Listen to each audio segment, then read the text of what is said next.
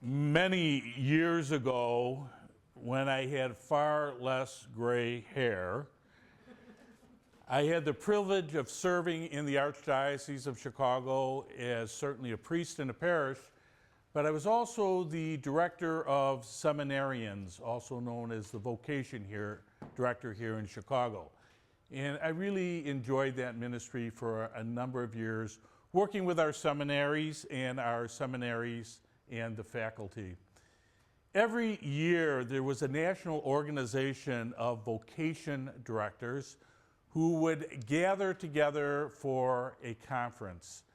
And I can remember maybe the first conference I went to or the second conference I went to, I met a young priest from the Diocese of Cheyenne in Wyoming. The Diocese of Cheyenne is the whole state of Wyoming. His name was Father Mike Hellman.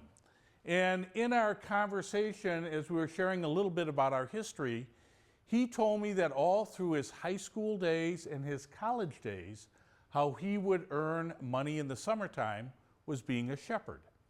He was a shepherd who oversaw a flock of sheep. And I was fascinated by that. He told me how he lived in the wilderness with the sheep, how he lived in a tent and cared for the sheep. It was fascinating. And then I talked a little bit more about, well, what was that like, the experience? And he said, you have to know three things about sheep. He said, first of all, sheep are very stubborn. He secondly said that sheep are pretty stinky. And lastly, he said, sheep are sort of dumb. I thought, wow, stinky, dumb, stubborn. And then we have the image of the gospel of Jesus as being the good shepherd, which makes us the sheep. Think about it.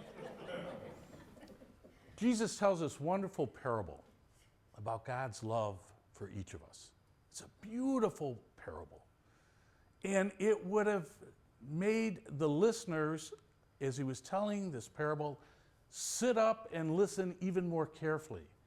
Because what Jesus was saying in this parable was in so many ways simply outrageous. What shepherd in their good mind would leave 99 of his sheep to go after one? What shepherd in his right mind would risk the whole flock for the sake of one? Those who lived in the time and the culture and understood what Jesus was saying, it just wouldn't make sense. No shepherd in their right mind would risk everything for one. And that's the point of the gospel. That's what Jesus is trying to say about God's great love for us, about God who welcomes back and invites the one who is repentant. That God's love is so great for us that he is the hound of heaven, always chasing after us and drawing us back into the fold with his divine love, his divine mercy, and with his divine embrace. How blessed we are as the children of God. How blessed we are that a God who calls us each by name. How blessed we are that our God calls us home to himself, and on this day around the table of the Lord to celebrate Eucharist.